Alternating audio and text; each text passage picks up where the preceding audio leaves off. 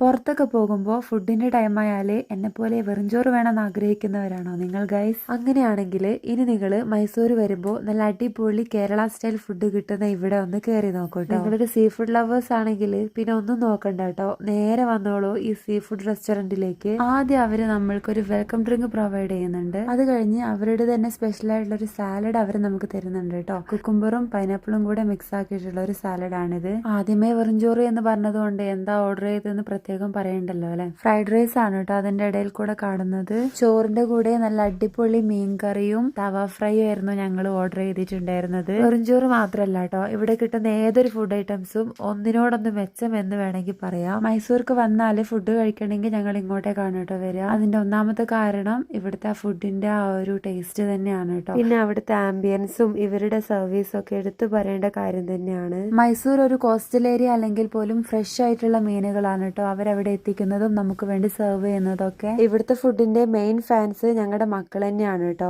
അവരിങ്ങോട്ട് പറയും നമുക്ക് സീ ഫുഡിലേക്ക് പോകാം എന്നുള്ളത്. അപ്പൊ ഫ്രണ്ട്സ്, നെക്സ്റ്റ് ടൈം മൈസൂർക്ക് വരുമ്പോൾ ഈ സീ ഫുഡ് ചൂസ് ചെയ്യാൻ മറക്കല്ലേ കേട്ടോ.